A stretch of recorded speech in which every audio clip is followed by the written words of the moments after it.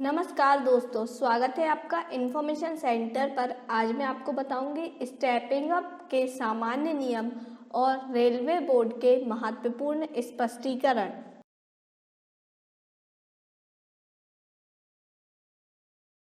वेतन निर्धारण के कुछ मामलों में जहां एक वरिष्ठ कर्मचारी को पदोन्नत किया गया हो और जिसका वेतन निर्धारण मूल नियम 22C के अंतर्गत किया गया हो और वह ऐसे कनिष्ठ सहकर्मी से कम वेतन ले रहा हो जिसकी पदोन्नति उस विशेष तिथि अथवा उसके पश्चात हुई हो, तो ऐसी असंगति को दूर करने के लिए वरिष्ठ व्यक्ति को उच्चतर पद में उसी पद में कनिष्ठ व्यक्ति के लिए निर्धारित वेतन के बराबर वेतन पर लाया जाएगा।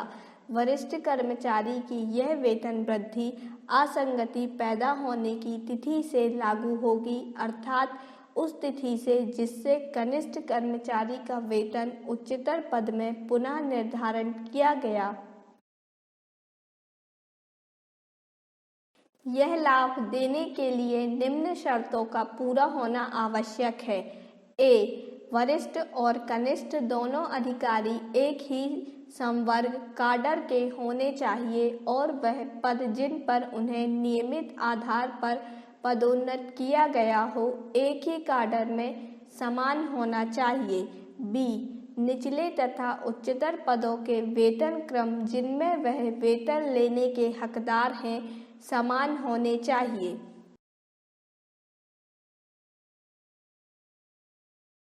सी, पदोन्नत हुए कनिष्ठ व्यक्ति का वेतन निर्धारण बोर्ड के पत्र के पैरा 2 खा के अनुसार निम्नतर पद की अगली वेतन वृद्धि के लिए जाने के कारण पैदा हुई होनी चाहिए।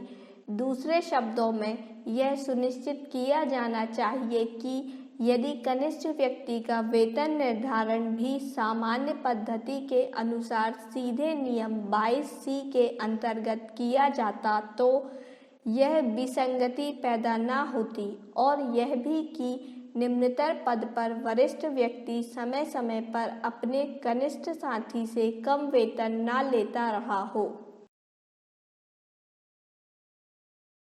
डी, वरिष्ठ व्यक्ति का वेतन पुनः निर्धारण करने के पश्चात उसे अगली वेतन वृद्धि अपेक्षित अर्हता सेवा अवधि पूरी होने पर ही देय होगी। रेलवे बोर्ड द्वारा वेतन बढ़ाने स्टेपिंग अप के संबंध में स्पष्टीकरण।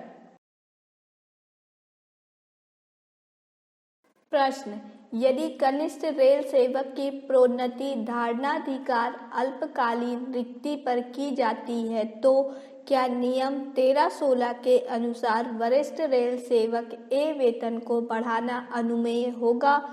स्पष्टीकरण, जहां कनिष्ठ कर्मचारी को आकस्मिक प्रोन्नति मिलती है, ऐसे मामले को छोड़कर वरिष्ठ कर्मचारियों के वेतन बढ़ाने का लाभ दिया जा सकता है।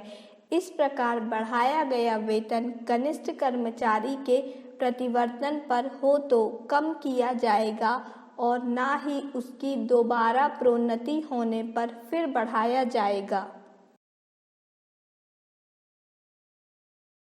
प्रश्न, यदि पहले प्रोन्नत वरिष्ठ कर्मचारी का वेतन रोक दिया गया हो अथवा उच्च पद के समय मान के निम्न चरण में संचयी प्रभाव सहित या रहित कम किया गया हो तो वेतन बढ़ाने संबंधी आदेशों को कैसे लागू किया जाएगा? स्पष्टीकरण, उन मामलों में जहां वेतन वृद्धि रोक दी गई हो अथवा संचयी प्रभाव के बिना उच्च पद के समय पान के निम्न स्तर में रेल सेवक का वेतन घटाया गया हो तो वेतन बढ़ाने के आदेश दंड समाप्त होने की तारीख से लागू होंगे, और यदि अन्य शर्तें पूरी होती हों तो उस समय तक कनिष्ठ कर्मचारी की प्रोन्नति हो चुकी होगी। उन व्यक्तियों के मामले में जिनकी वेतन वृद्धि रोकी गई हो या जिनके वेतन को संचयी प्रभाव के साथ उच्च पद के समय वेतनमान के निम्न स्तर में हटाया गया हो, वेतन बढ़ाने के आदेश लागू नहीं होंगे। प्रश्न, नियम 1313 मूल नियम 22 के परंतुक तथा उस नियम में नीचे उल्लिखित अपवाद के कारण जिन व्यक्तियों के कनिष्ठ कर्मचारियों की निम्न पद में वेतन वृद्धि हो गई थी, क्या उनके मामले में वेतन वृद्धि के मामले लागू होंगे? स्पष्टीकरण, यदि नियम 1313 मूल नियम 22 के परंतुक तथा उस नियम के नीचे उल्लिखित अपवाद को लागू करने के कारण कनिष्ठ कर्मचारी का वेतन निम्न पद के वरिष्ठ कर्मचारी से अधिक हो तो उच्च पद पर वरिष्ठ कर्मचारी का वेतन बढ़ाने का कोई प्रश्न ही नहीं उठता है। यदि नियम 1313 मूल नियम 22 के परंतुक तथा उस नियम के नीचे उल्लिखित अपवाद के लागू होने से कनिष्ठ कर्मचारी का वेतन वरिष्ठ कर्मचारी के वेतन से कम हो और प्रोन्नति होने पर पहले वाले का वेतन नियम 1316 मूल नियम 22 के उपबंधों के कारण बाद वाले के वेतन से अधिक हो जाता है तो उच्च पद पर कनिष्ठ कर्मचारी द्वारा किए गए वेतन के आधार पर वेतन बढ़ाना होगा।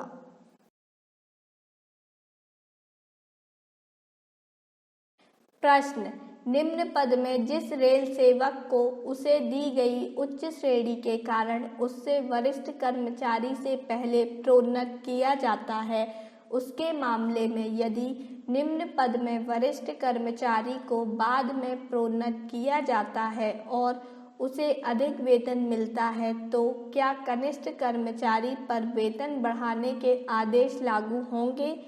स्पष्टीकरण, नहीं, वेतन बढ़ाने संबंधी आदेश ऐसे मामलों में लागू नहीं होंगे जहां ग्रेड में कनिष्ठ कर्मचारी को चयन बोर्ड द्वारा दिए गए उच्च स्थान के कारण पहले ही प्रोन्नत किया जाए और वरिष्ठ कर्मचारी निम्न ग्रेड में को बाद में प्रोन्नत किया जाए।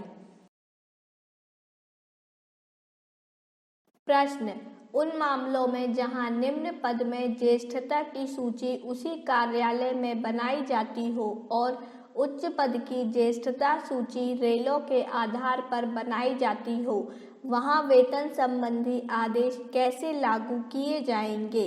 स्पष्टीकरण, वेतन बढ़ाने संबंधी उपबंधों के अनुसार कनिष्ठ और वरिष्ठ दोनों रेल सेवक एक ही संवर्ग के होने चाहिए।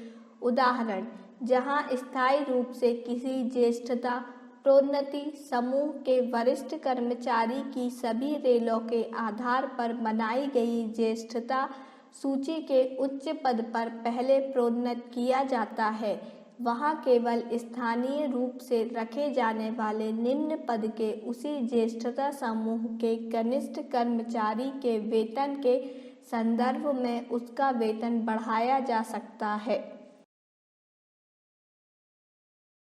प्रश्न, किसी रेल सेवक की उच्च पद पर प्रोन्नति होने पर इस नियम के अंतर्गत निर्धारित वेतन किस प्रकार विनियमित किया जाना चाहिए? जब निम्न पद में उसके कनिष्ठ को निम्न पद में एक वेतन वृद्धि पाने के बाद उसी उच्च पद पर प्रोन्नत किया जाता है और उसके कारण उसका वेतन उच्च पद में ज्येष्ठ रेल सेवक से उच्च स्तर पर निर्धारित किया जाता है। स्पष्टीकरण, विसंगति दूर करने के लिए रेल सेवक को उसकी प्रोन्नति पर उसका वेतन निश्चित करने के लिए निम्न रूप से विकल्प दिया जा सकता है। ए, चाहे उच्च पद में उसका प्रारंभिक वेतन निम्न पद के वेतनमान में वेतन वृद्धि के प्रोद्भवन पर आगे कोई पुनरीक्षा किए बिना सीधे नियम 1316 मूल नियम 22 गा के आधार पर निश्चित किया जाएगा।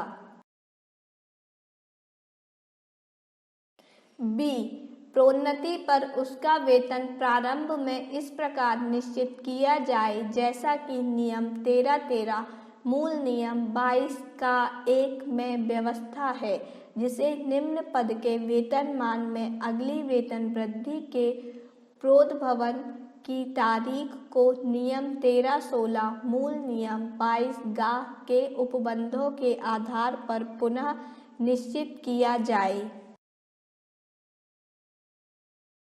यदि ऊपर बी के अंतर्गत वेतन निश्चित किया गया हो तो अगली वेतन वृद्धि की तारीख दूसरे अवसर पर वेतन के पुनर्निर्धारण की तारीख से 12 महीने की अर्हक सेवा पूरी करने पर आएगी। विकल्प प्रोन्नति की तारीख से 1 महीने के भीतर दिया जाए। एक बार दिया गया विकल्प अंतिम होगा। यह 1/5/81 को या बाद में हुई प्रोन्नतियों पर लागू है।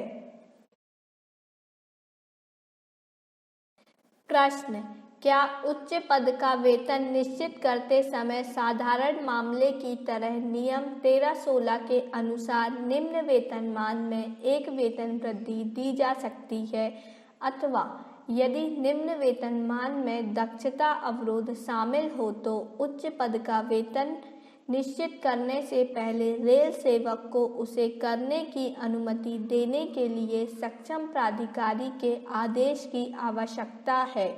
स्पष्टीकरण: यह विनिश्चित किया गया है कि उच्च पद में वेतन निश्चित करने के प्रयोजन के लिए निम्न वेतनमान में दक्षता रोध पार करने के आदेशों की आवश्यकता नहीं है।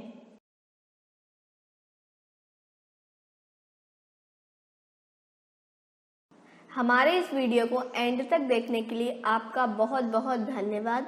आपको हमारा ये वीडियो कैसा लगा हमें कमेंट बॉक्स पर कमेंट कर ज़रूर बताएं, और जो इस चैनल पर नए हैं वह हमारे चैनल इन्फॉर्मेशन सेंटर को सब्सक्राइब कर लें।